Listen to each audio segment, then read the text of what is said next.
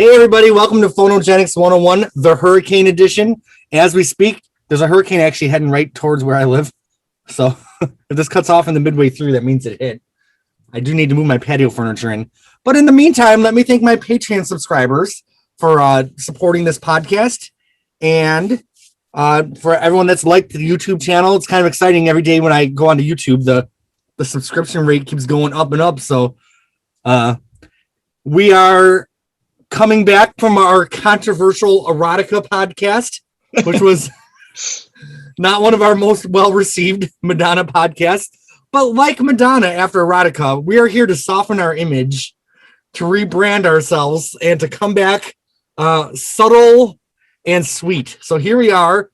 We're a small but mighty group to talk about Madonna's, what album is it? 1, 2, 5, 6, 7, maybe? If you count I'm Breathless. Bedtime Stories. 7. I have a question because I've seen that album cover with that.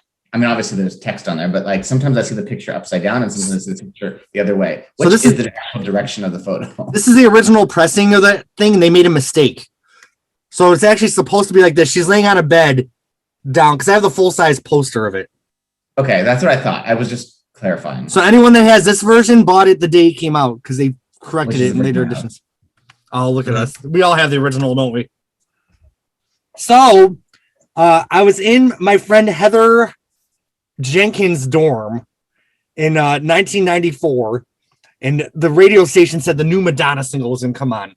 And this is the first thing that she'd released since, well, she had I'll Remember came out, right? Between Erotica and Bedtime Stories. So she always had that soundtrack song. Let's do a quick little sidebar. Do we all like I'll Remember? Of course. Right. Yeah. It's not her best, but it's not her worst. It was a nice, like, kind of softening of the image after Erotica. But then the first time she ruined it. She ruined all the good work she did when she went on David Letterman. Yeah, that's true. Oh, that's right. The cigar. Which I lived for, but I was like, what, 16, 17? It didn't matter. Now, my opinion. Should we have had Ann Fearman come make an appearance to be like Madonna on Letterman? I think Ann Fearman should be on all episodes. Yes. Podcast. Oh, good God. for rating. Yeah, it's good for the ratings. Okay, so we were in Heather Jenkins' dorm room, and the radio station said Madonna's new single is going to come on. And I was so excited because I'd heard that she had a new single called Secret out, and I heard my manager at Arby's, Tina, said, "Oh, I heard that new song. It's kind of different from Madonna, but it's good." They said it's like classic Madonna, but updated, is what she said. So my curiosity was up. I was singing in the dorm room. The acoustic guitar came in, and then the fucking people in the dorm room kept talking. So I totally freaked out because when you're younger, like you freak out about shit. I'm like, how dare you people talk when there's a new Madonna single on? No one talks. And everyone just sat there like the rest of the song, like, because like I wasn't having that shit. This is the first time I'm hearing Secret. I need to hear it. So I loved the first time I heard Secret. It was something different than Madonna had ever done before. It was a little earthier. I feel like. I guess we'll get to that in a little bit. But my first taste of Bedtime Stories definitely left me wanting more. And that was in the days when on MTV they would have like the Kurt Loder special, where they would play little clips of the album. So I remember there was like a new special where they did like a clip of Human Nature. I'm like, oh shit, that sounded a little like Dr. Dre coming up in here. I think they did a little clip of maybe Sanctuary and Bedtime Story. So hearing these little clips like really got my curiosity up because it was clear that Madonna was moving forward with this album. So I'll quit babbling. Do you guys? Let's talk about the cover first. We already talked that it's kind of this way or this way. What do y'all think of the album cover? It's great. It's a flawless. Yeah, I love the whole photo session. I think the color palette is beautiful. The soft blues and pinks. It was really clever marketing after like the cold blue and white of Erotica. Now, when I saw the album title, like Bedtime Stories, I'm like, oh shit, here we go again. But she was talking like sweet bedtime story, not Colonel Sanders finger licking good bedtime story. So what did you all think of Bedtime Stories the first time you heard it overall? Tell me. Well, introduce yourselves. I'm being a shitty host. Introduce yourselves and tell us about your first experience with bedtime stories. Go ahead, David. Okay. My name is David. I am from Miami, lifelong fan. Bedtime Stories, my favorite album of hers. Loved it since day one. And it was the first album I didn't jack. I didn't mop. I didn't shoplift. I paid with my own money. So it was, and the album came out my senior year of high school. I always remember the first day of school was the first time I heard Secret on the radio. I was heading home after a long day of first day, and then I heard Secret, and I was like, so good. I could not wait for the video to premiere. I love the video. She looks oh my God. Beautiful. I get to see Harlem looking beautiful as hell. And then I get fixated on a legend that I know was a legend at the time, Miss Kevin Aviance up in the video. So I didn't know that. Oh yes. Wow. Oh yes. So no, I loved it. It's one of my favorite albums. It's a go-to. I still listen to it on the regular. When we discuss the other songs, I'll let you know. But okay. I love it. Love that. I'm Jeffrey from LA. My first experience with Bedtime Stories, pretty much loved every track except, and I listened to it today twice, and I still don't care for Love Tried to Welcome Me. But really, it's not that I don't know. Yep. Well, Hurricane just hit. Bye. No, it's fine. It's fine. That's my favorite song on the album. So. Oh, really? Interesting. Okay. See, my least favorite was Don't Stop. Oh God, I love that song. Oh, but it was that's the most polarizing song on there. People either hate it or they definitely love it. like cheesy lyrics, but I mean, very. It's a pop bop. Yeah, but I remember like as you're listening to it, it was like every song was like, ooh, oh yeah, oh yeah, oh yeah, So I liked it. So in 1994, my two favorite singers were Joni Mitchell and Madonna. And Bedtime Stories and Turbulent Indigo came out on the same day. So I remember going to visit one of my friends in prison and listening to those in my car on the way to the prison. It's just a weird memory I have. So, I always associate the two albums. And it came out October 25th, I believe. So it was very much like a fall album because I lived up north at the time. And I just remember like the winter chill coming into my life. And that Love Tried to Welcome Me side 2. I guess, I know we're limited on time, but I did get kicked out of my house that Halloween. I lived in my car for a little while, and I got my first apartment. So, the first apartment I ever had, I really associate with this album and being on my own for the first time and never going back. I got kicked out and never went back. So here we are, 30-something years later. So you can't see it here, but I have my little Bedtime Stories standee that they had on the counter at the record store. All right. Well, I guess let's go into the album. Does anyone have any other memories or thoughts about Bedtime Stories, the album, before we go into track by track?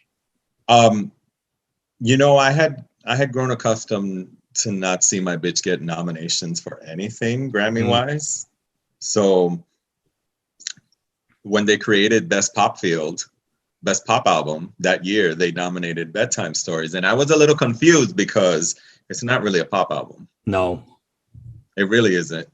Like with the exception of Don't Stop, there's not pop songs on there. Survival's kind of a pop song. I feel it's an R&B bop. I feel like it's R&B. I feel because it's you could tell it's Dallas Austin down. Yeah. All right. Well, speaking of Survival, when you see an album and you read the track list, I just knew when I saw a song called Survival that I was going to love it before I even heard the song. And the second those first chords came in, Survival is one of my favorite Madonna songs of all time. It's not it's certainly not Emily Dickinson's level writing, but as far as pop or R&B, I just think it's perfect after Erotica. I'll never be an angel. I'll never be a saint. It's true. I'm too busy surviving. And, as I'm driving around, living in my car in a parking lot for a week, Survival having just been released, I'm like, it's all about survival, bitch. What did you all think of Survival the first time you heard it? I remember like putting it in my car because that was like when you had like a CD player in your car, and Yeah. the bass at the very beginning of the song, it like made my speakers shake. So I was always like hesitant to play the first bit, but I loved it instantly. So What I liked was it set the tone for the album. First of all, I had never heard Madonna do R&B. Right. Not like She this. had her R&B tings in the beginning, but not really like full on R&B. So it was like it, and I love R&B. So it was like, oh my God, I get Madonna and R&B on this album. What's up? Yeah. So I loved it.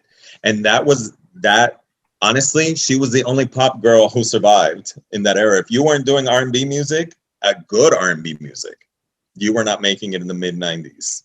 Yeah, because isn't this when Mariah was in between Daydream and what's the one after that? In between Music Box and Daydream, yeah. And then you had Janet just chilling on the side. She was finishing up the Janet album. So it was Right. like And about was to do perfect. the design of a Good to decade. come out. Because you didn't have any competition, and Miss Whitney was busy doing Waiting to Exhale. Mm. Yeah, Madonna, by this time, because everyone pitted Madonna and Cyndi Lauper together, which really, of course, isn't fair. But by this To time, Cindy. yeah, I love Cyndi, and she released some great stuff in the 90s. But Yeah, at this time, Madonna was like still doing the thing, and Miss Cindy's Hat Full of Stars a couple years earlier just didn't do it for the charts, Well, Madonna and Whitney were proving their legendary status, but not only that, because I grew up and you're big in one decade and then you just got to move. You get to the next decade and that's it. You're done. And I was shocked because both Whitney and Madonna were still just producing. And I would like to call Janet, but Janet toward the end of the decade of the 80s was blowing the hell up, even after one album. But it wasn't like Madonna and Whitney who owned the 80s and then have to come into the thing. And usually it's like, okay, you were big in the decade before, you need to stop, it's done. And they proved the naysayers, hey, we can continue on decades and decades. And that was good to see. I feel like, the second decade for divas, you get like a bionic, like how Christina gave us, which might have been in the same trash. I didn't know you get trash in your second decade. And she might have released that might have been in her first decade. I don't know if that was the late 2000s, but I just think early of an album 2000s, early 2010s, I think, okay, around that era. Yeah. So that's what I think of is when I think of second decade diva, I think of bionic. Oh, girl.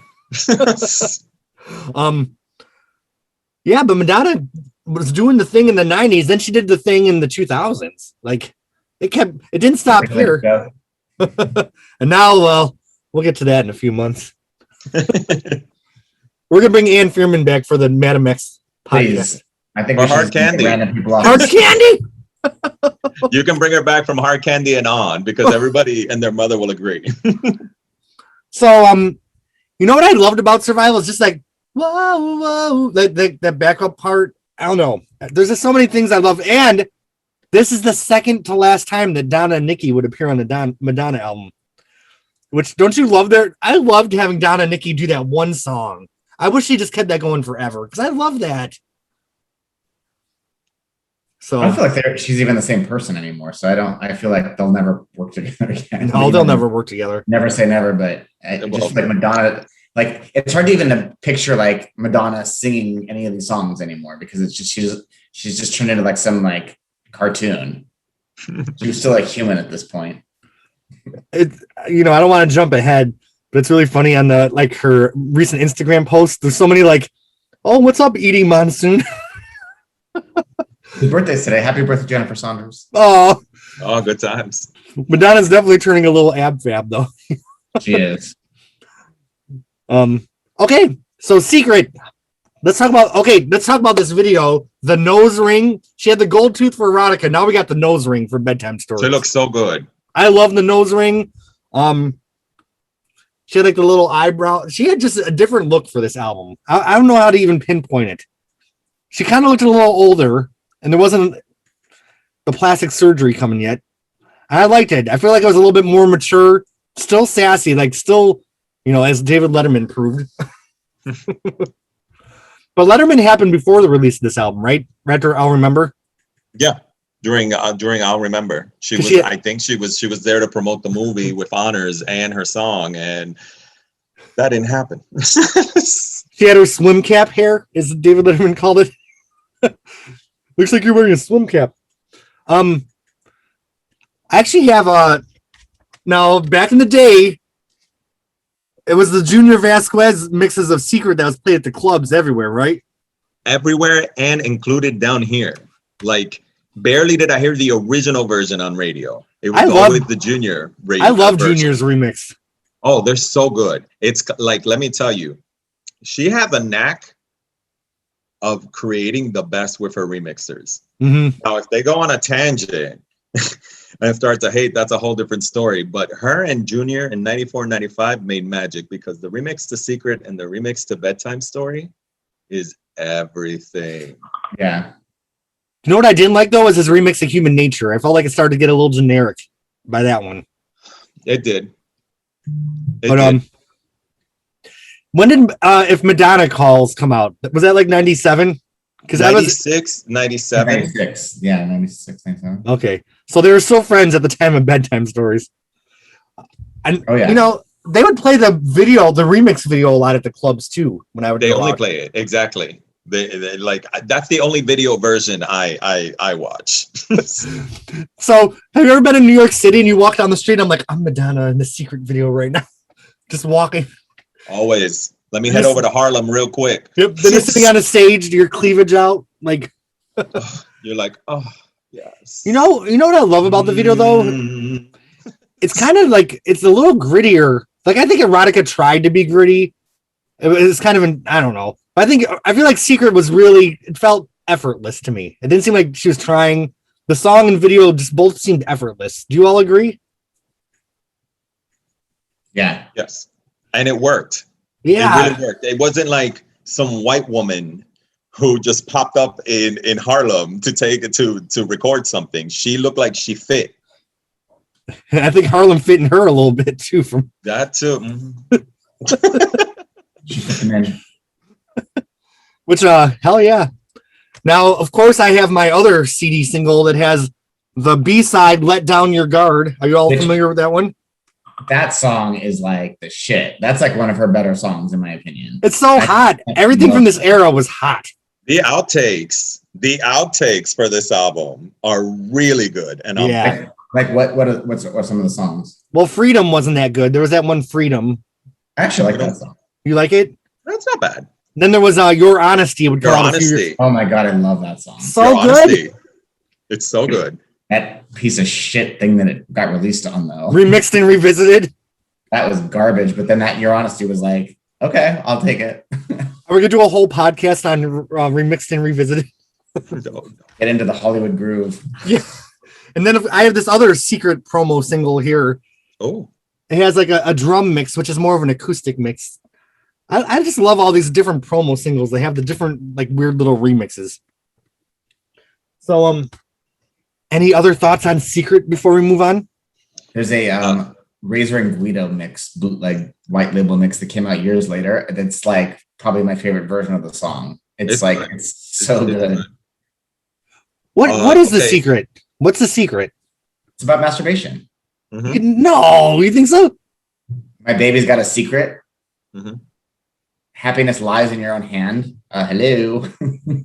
See, I never thought that. Happiness lies in I thought it was like loving yourself, but well, all right. It's Madonna. Exactly. Like if Mariah was singing it, it would probably be loving yourself. But it's Madonna, so it's loving yourself. It's masturbation.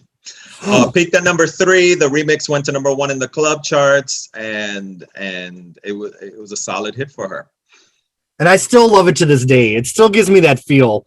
It's the most beloved track on that album by the fans. Oh yeah. That and maybe Human Nature. Mm-hmm. But those two, and I think Human Nature became a really beloved song because she started to perform it a lot after 2000. Right. When she came back, Human Nature was on every tour. So it was great to see it, although it was a flop. But we'll talk about that later. Yeah, we'll get there. Okay, so I'd Rather Be Your Lover with Michelle Dengelacello. Did I pronounce it right? Michelle Dengelacello. originally it was Tupac on there, right? Yes, and Warner Brothers said no. And also Michelle was on Maverick, so Michelle was on Maverick.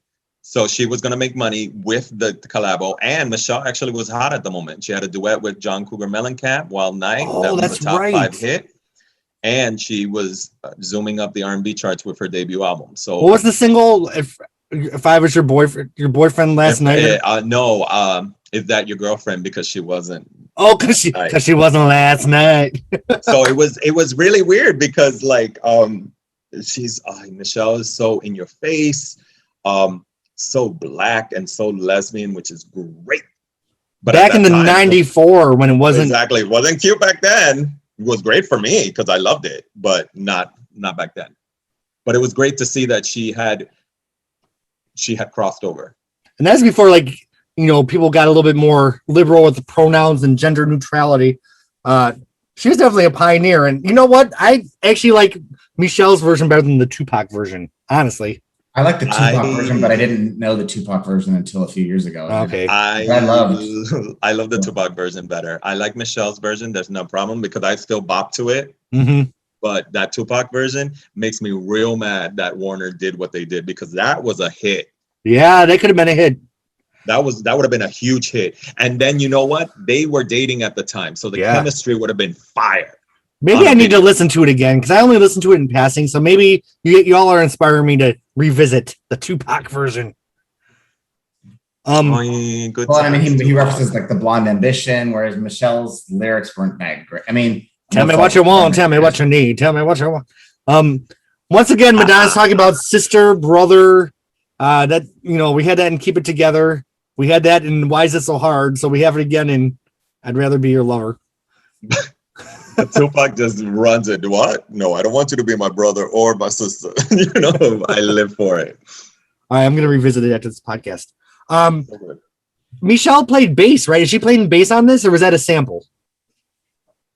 No, I think she played bass on it. Is her bass in the Tupac version? I'll have to go back and listen. I'd have to listen to it. It sounds pretty identical, except for the rap. The rap obviously changed out. But doesn't the music change a little bit on the rap in the Tupac one? No, it's pretty much the same. Oh, it's the same? Okay. Mm-hmm. Well, any other thoughts on I'd Rather Be Your Lover? Good song. Good song. Yeah. That's how I felt about this album. Like, there wasn't like a song that changed the world, but it was just solid. Like, and that's what she needed was just there was no flop. Like, right. There's no skip on this album. You just keep Mira, don't start. Actually, don't stop is what we're doing next. Now, there was this gay club in Jamestown, New York called Sneakers. There were 2 gay clubs. One was the Night Spot, which was sleazy as fuck, and I was a Night Spot guy. And you can ask Ann Fearman about the Night Spot. I once did a strip show to Pointer Sisters Mercury Rising at the tight spot, as we called it. But once in a while, we'd go to the other gay club, Sneakers. And I remember one night they played Don't Stop. I'm like, ugh, they had to play this song off the album. Isn't it weird how back in the day you'd hear like the album cuts at the clubs sometimes? I heard this on the radio, actually. I think Warner's was trying to push this because it's the most pop sounding song on the album. So I heard it on the radio. And I never heard Human Nature on radio down here. I just felt the lyrics were so stupid. Keep moving, keep grooving. I mean, it was just like air. It was just so like, I mean, again, growing up in California where it's like sunny all the time, it was just like the perfect song. It's like, just felt like perfect weather, everything's good, you know, decent beat, pleasant enough, you know. When I went back and listened to it though, that bass line, like like it kind of gave me life a little bit. So I'm like, okay. You know, our bitch, she knows how to write a basic pop song that works. Mm-hmm. Like, people will make basic pop songs and they suck. This is a basic pop song that sounds great. And it was warm. Like, I feel like a lot of songs on this album kind of had a warmth to it. Even though Don't Stop's not my favorite song, it could have never been on Erotica. You know what I mean? Like, it just, I don't know. You could just jump into it, I feel like. I don't have too much to say about it. It just, I like it. It's cute. All right, it's cute. Are we gonna move and groove along to Inside of Me? Oh, Pretty song. Great So song. this song was about her mother passing away, which I didn't realize till she said it in some interviews. I still think of it more of as like a love song, though. I think I'm more of like, I need some cock. I'll always have you inside of me. I'm actually surprised it's about her mother. I'm like, only Madonna would make a song that sounds like "Stick It in Me" about her mother. But I got the lyrics. This was the first ballad on the album, though, and it kind of set that like tone that we'd get back to on side 2. I love the Madonna ballads on this album. I think her voice sounds very velvety. It was perfect, and I don't think we ever heard her in this context as we have in a lot of the songs on this album. Not only that, but who would have thought that her and Babyface would make magic? I know. Because Forbidden Love, which we will talk about. We'll get to there. But when you heard the track list, when you saw the track list and you're like, oh Christ, Madonna's got a song called Inside of Me. What's that going to be? Pretty much delivered what I thought it would be. Colonel Sanders said, put it inside of me. Yes, he did. I just love the production of this. And this is one of those albums that takes me back to like walking up the stairway of my apartment.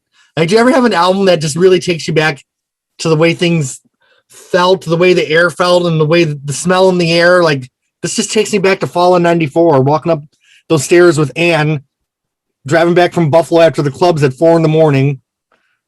Her hating on Madonna, me hating on Rusted Root.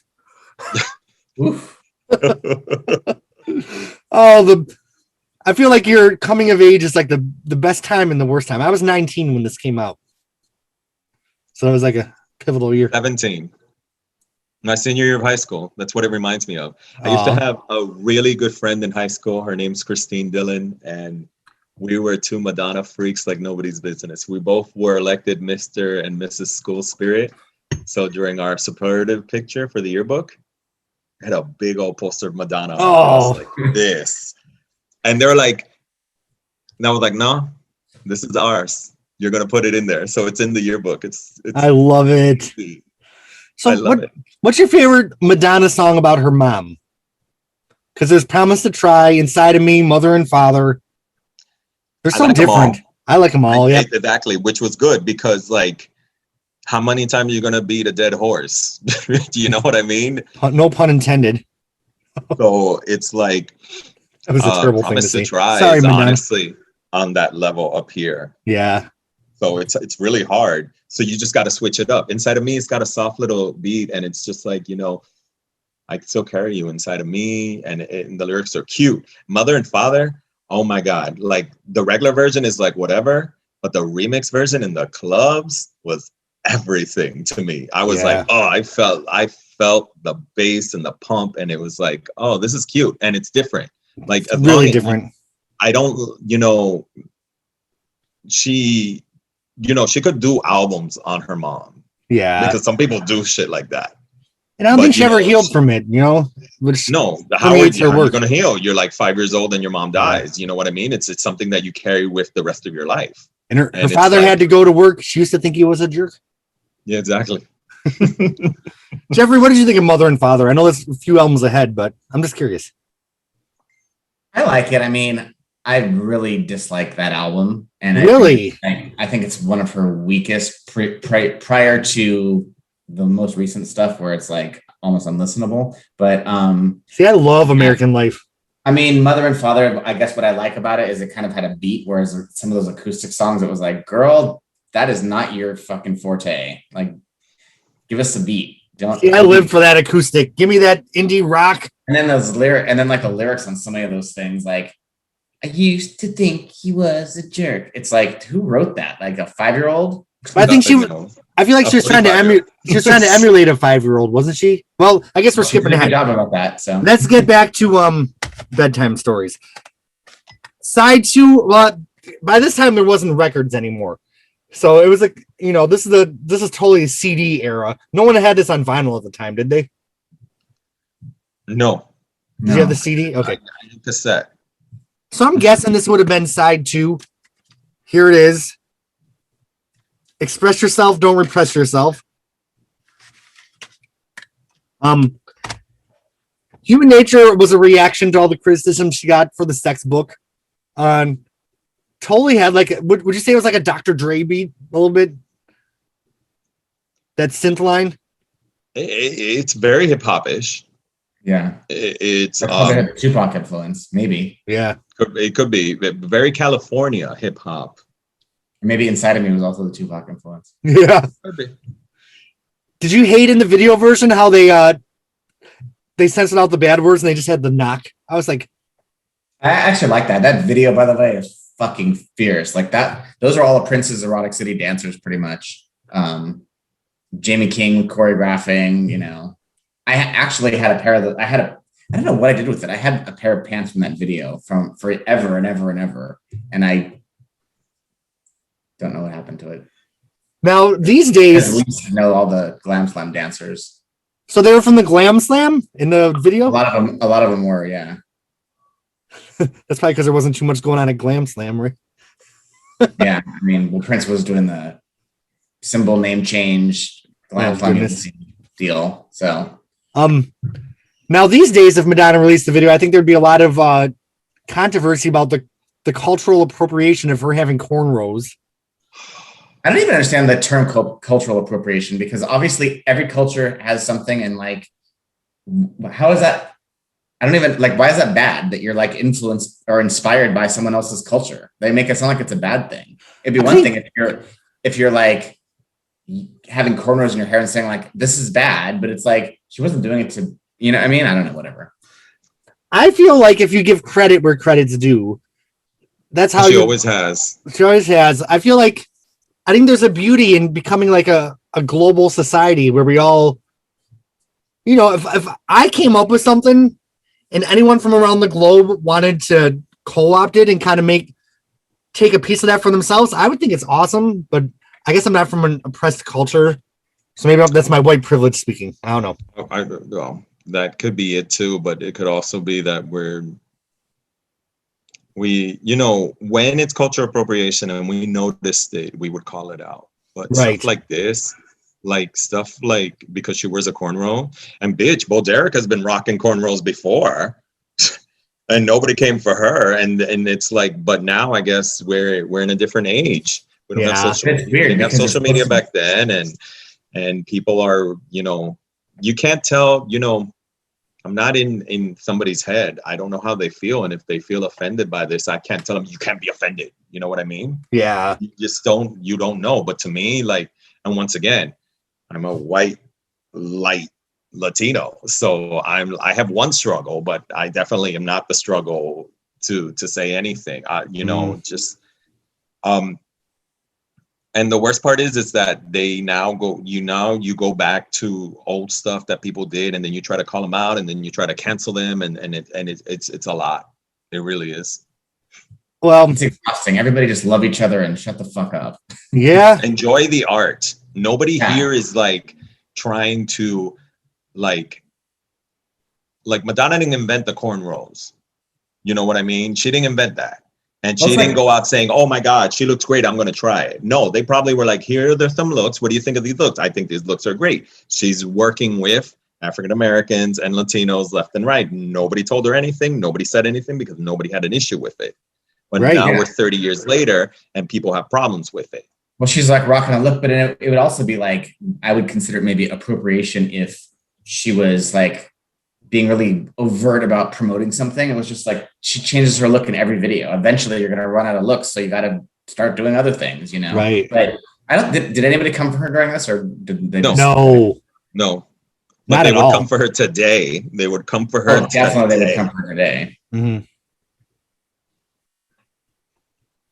I'm like, okay, not my struggle. So I stay quiet, but. And as you said, this is a song that she does on a lot of her tours. So correct. She did this in the Madam X tour. She did? Yeah. I loved it in the Drown World tour. Yeah. Literally loved it. Like, her riding that mechanical bull was everything. I like Drown World tour. It is a good one. Yeah. Oh, it was my first tour with her under illegal substances. And it was amazing. All right, so do we have any thoughts on Human Nature? We have 18 minutes with Jeffrey, so let's see if we can zip through this. I love that song. I love it too. I love it. This. Was a flop single. A flop. It went top 50. It was, I'm telling you, I never heard it on radio. Never down here in Miami. Never heard it on radio. The club mixes were blah. The club mixes were blah. They were, but they made an impact in the club world, but that was it. Like, I was shocked because that song is cute for it to not get played. So I was like, oh. And the cover of the single, she did a photo session, and was it Ensign's magazine? There was a magazine that the photo set was from. It was like where she had that thing around her neck or something like that. Yeah. She looked amazing and had I have the photo session or something. Yeah, it's great. I mean, one thing notable about Human Nature is my brother hated Madonna, and he actually liked Human Nature. It crossed over to the non-Madonna generation. And I feel like this is the album where people that weren't huge Madonna fans started getting into her. Because, like, you know, with Bedtime Stories, Ray of Light, even Music, and even Confessions, like, people like, I was never a big Madonna fan, but I like this song. And, you know, she kind of she was still gaining fans at this point. I think that may have stopped with Hard Candy, but we'll get there in a few months. Okay. So after Human Nature, we have a song with Babyface, a very lush ballad. What's the line? Rejection's the greatest aphrodisiac. Facts. So true. One of my favorite Madonna lines. So let's take a vote. Forbidden Love, the Bedtime Stories cut, or Forbidden Love, the Confessions on a Dance Floor? If you had to pick. Forbidden Love 94. 94? Let me tell you, Forbidden Love 2005 is great. It's great. But I love Bedtime Stories so much that I'm sorry. Forbidden Love is that bitch. First of all, oh my God, the background vocals, Madonna and Babyface harmonizing, and they just go working back and forth is everything. Yeah, they were actually like, it was a classic Madonna track. Team. Yeah. I know they started recording some stuff that became Ray of Light, and it didn't seem like the magic carried over past these sessions, because I didn't really like what they were working on from the demos I heard. I was kind of shocked too when I looked back and I was like, "Oh, I don't know about this." Yeah, but the cuts on this album, because that's not her thing to stay. Well, I said that's not her thing to stay, you know, with one typical producer for another album. She proved that wrong with American Life, but like at that moment, it wasn't, you know. She was going through a lot of introspective stuff. Right. She just had her kid. She just got off of Vita. So it was like, I was happy that she said, no, I don't want these songs. I'm sorry. Yeah. I'm going in a different direction. And it worked. God, I feel like William Orbit's kind of accessible. I would love if he did the Ray of Light podcast with us. How cool would that be? I'm going to email him just for the hell of it. Never heard. Work your magic, Jeremy. Come on. You can do this. I have like a little magic, not too much. Like the rest of the album, I don't have like tons to say about the song, except it's solid. Like, I like it. It is. It's very lush. It's beautiful. It's emotional. I think there's a lot of sadness in this album. I think the rejection of Erotica was hard on her, and you can kind of hear that in some of these slower songs. Oh, yeah. So moving on to the next slower song, apparently Jeffrey's favorite, Love Tried to Welcome Me. It's not that bad. I love the chorus. Love tried to welcome me, but my soul pulled back. Is that what she says? Drew back. Instead of spring, it's always winter. And my heart has always been a lonely hunter. My friend has that tattooed on his forearm. Oh, it's so beautiful. It's so great because it's meaning, like, you know, you take away the music and you read the lyrics and you're like, fuck. There's some deep shit. And, you know, when you're trying to find love at a young age and you just get rejected and you're in the closet and you're like, so all this stuff is like, yeah, I'm feeling like I'm never going to find anybody. This song is perfect. Yeah. One of the biggest heartbreaks of my life, which was totally like manufactured in my crazy head, was like, you know, November 94 when this came out. So this album like kind of was like my companion through a lot of pain, like teenage pain. And still looking, by the way, 30 years later, still looking for that one. Aren't we all? So Madonna's not. I guess she found her one Oh, thank God. for this minute. for this minute. Oh, child. Well, when you Eventually, have that guy's gonna money- get out of puberty and be like, "Okay, this lady's a senior citizen." Exactly. Yeah, but Love Tried to Welcome Me. I just think it's really sad. It's very wintry, which It is. you know is when this album was mostly in my CD player. It was winter of '94. So all the orchestra in that Spanish guitar, it's just beautiful. All right, so from there we go into the home stretch of the album, which I love this last run of songs. Yeah, I just thought Sanctuary was so experimental at the time. This was a new level of coolness for Madonna, because I hung out with some pretty snobby like indie music. I guess it wasn't called indie at the time, but you know, I was like the pop guy, and my friends like kind of listened. Like, was Portishead out yet or no? Portishead came out in '94. I think. Okay, so my friends were like listening to Portishead. Massive Attack was out, right? Yep. So you know they weren't into. Oh, we don't listen to Madonna. But when she came out with this, like stuff like Sanctuary, they're like, okay. Like I feel like Madonna kind of got some respect from the cool kids with some of these cuts that would continue into Ray of Light. What did you all think of Sanctuary? It's definitely like a late night cut. You know, definitely like you're winding down from the club and you're like, okay. It's the drive home. I love the outro of Sanctuary into Bedtime Into Story. Bedtime Stories. Like, in fact, there was probably a while where I didn't care as much for the song, but I would always listen to it just because I couldn't wait for the part where it started to lead into Bedtime Stories. Because like once it switched over to the next track, it was kind of like that 4 minutes was worth it just for that. I had a love-hate relationship with the song because I guess one reviewer was saying this is a prayer on the album. What? Yes, I was shook. I was like, no, ma'am. So I was like, No. fuck Sanctuary. I don't want to hear it anymore. But it's a beautiful song. I've grown to love it. Who produced this? Was this Nelly Hooper too? I don't know. Because it works. Isn't there a Herbie Hancock sample, I believe, or Probably. let me get out my readers. I like when she's talking, who needs the sun in the earth or whatever.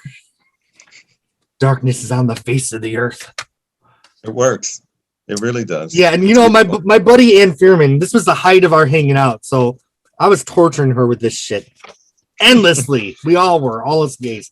I mean, I think with her playing Rusted Root, let's just call a spade. Who is torturing who? Oh my God. Oh no shit! Send me on my way. Send me on my way. I listened to Rusted Root and like not early Leonard Cohen, but like '90s Leonard Cohen, which was horrible. Hey, No offense. That Future album, she played that endlessly. So I made her listen to Turbulent Indigo. That was my revenge. Yeah, Nelly Hooper, I think. Yep. Okay. It was good because, you know, I guess she loved the stuff that Bjork was coming out of when she went solo. And she wanted a bit of that sound on this album. And it worked because those two songs are great. You know, Dallas Austin. Bjork, if you're out there, please fucking make music like this again. Yeah. Dallas Austin is one of the songwriters on Sanctuary. Did you all know that? Mm-hmm. I probably knew I that didn't one know point. that. That's really interesting. Who needs the sun? It's fluid steps. Is that what she said? Yeah. All right. So Bedtime Story. Bjork did Madonna a favor and wrote a song for her, correct? She did Nelly Hooper a favor. She Oh, didn't do that's Madonna right. no favors. Because whenever they would interview her, so you wrote a song for Madonna? She's like, no, I wrote a song for my friend Nelly. So I was like, okay, bitch. Now, do you remember when Madonna premiered the video? She had she read a bedtime story at a club in New York, Oh, she looks so It was at a good Western in Hall, that actually. blue nightgown. and Like, her people kept tits were talking. Great. Bjork, she took the lyrics from a B-side, and she sings. It's called Sweet Intuition, and there's like a couple of the lyrics from Bedtime Story. So I would love to know if Bjork actually did a demo of it or not. Okay. So what came first? Sweet Intuition or Bedtime Story? I think Bedtime Story came first because Sweet Intuition was released as a B-side from Isobel or whatever from her second album, which I think was 95 and debut was 94. Post, right. Sorry, yeah, Post. Yeah, Bedtime Story. I just remember if you listen to the headphones, this is a headphone song. It is. And just like the croak, like the like whatever. It's so good. This is definitely one of my favorite Madonna videos of all time, and I feel like it's held the test of time. It has. The remixes were hot. Mark Romanek. Oh yeah. Remember when she did the remix at the Brit Awards, was it? Where she was wearing the long blonde wig? It was blowing, like she was just flawless back then. Just perfect. Perfect.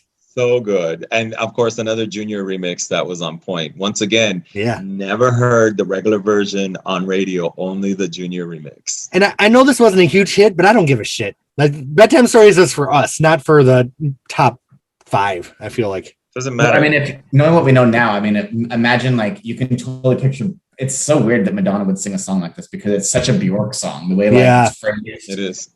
But I mean, Madonna really made it her own. I would give her that. I don't think I would have liked it as much. The remix where it's let's get unconscious. Oh, the William Orbit remix of that song. That's a good remix too. I'm hardcore, and I always say that my favorite is the Junior, but that William Orbit remix, especially when you were watching Drowned World tour, because she had it on that she had it on that tour, and I was like, oh, bitch. I found a rare promo CD at the record store in the 90s. Bedtime Story Chapter 2. And it's pretty expensive now. It has some remixes that weren't on the other stuff. What such as? It's the Lush Vocal Radio Edit and a Lush Vocal Mix. Oh, it's funny because Madonna put up a bunch of CD singles that were never available or digitally, and they're on Spotify. And like Bedtime Stories, because I know the CD single only had like 5 or 6 remixes. Right. There's like 12 remixes on the Spotify thing. And I love that she's doing that. I love it because every week it's a new CD single or a new video in HD. It's just like, oh my God, ma'am, yes. Talk about conserving your legacy. I like that the Survival album version's right in the middle of the CD single. Yeah, it was super weird. In fact, I actually listened to the Secret and Bedtime Stories on Spotify today, and I forgot that Survival was on there, and all of a sudden I was like, what the hell is Survival on here?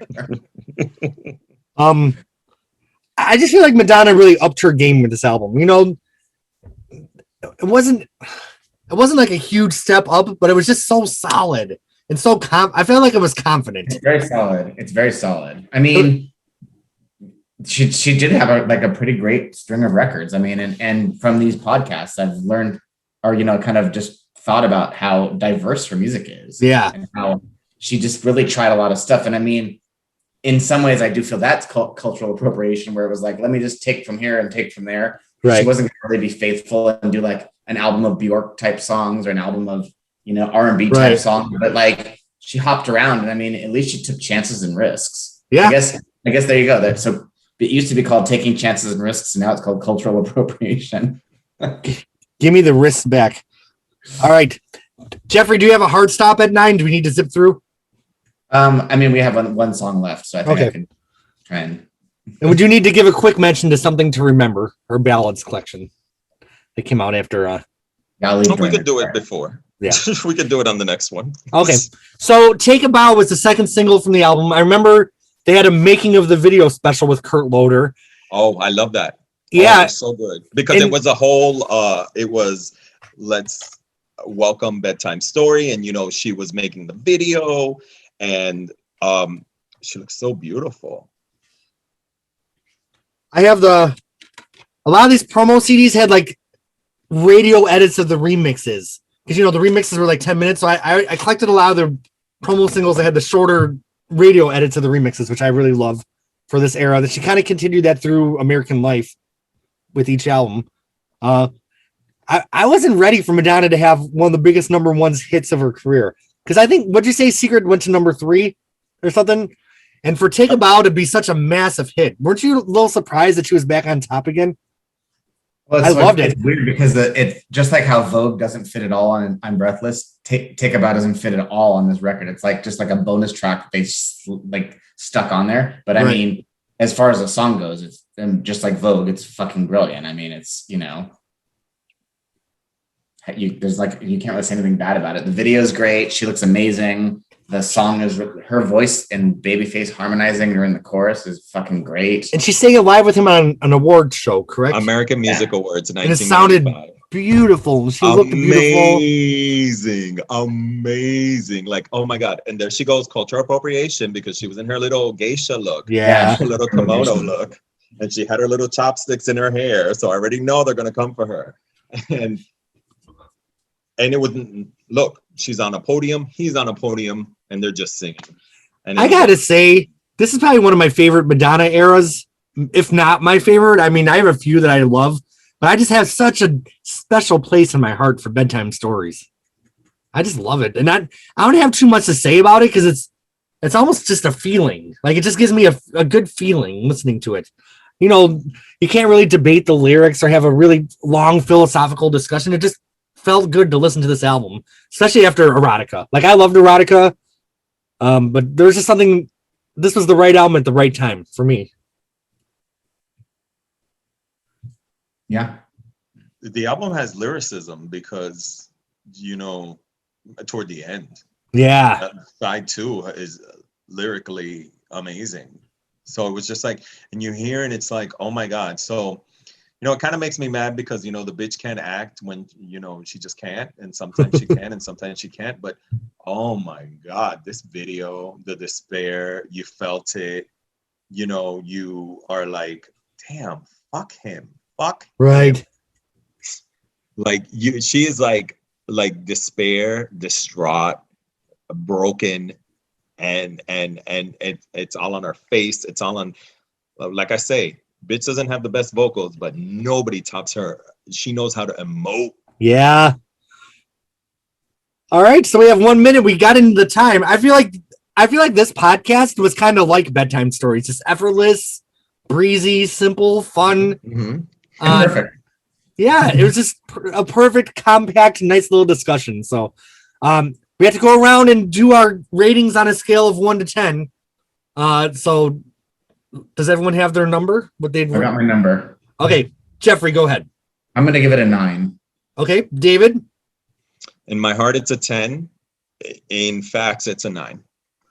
I'll give it a 9 too. Maybe a 9.5, but we'll do 9 because I think she had higher to go on some other albums. No, but the thing is, a 10 is like a prayer. A 10 is ray of light. Yeah. Those are 10s. Those are straight up 10s. So, didn't we all give my favorite album? But I know she's had better albums. Did we give Breathless a 10? I can't remember.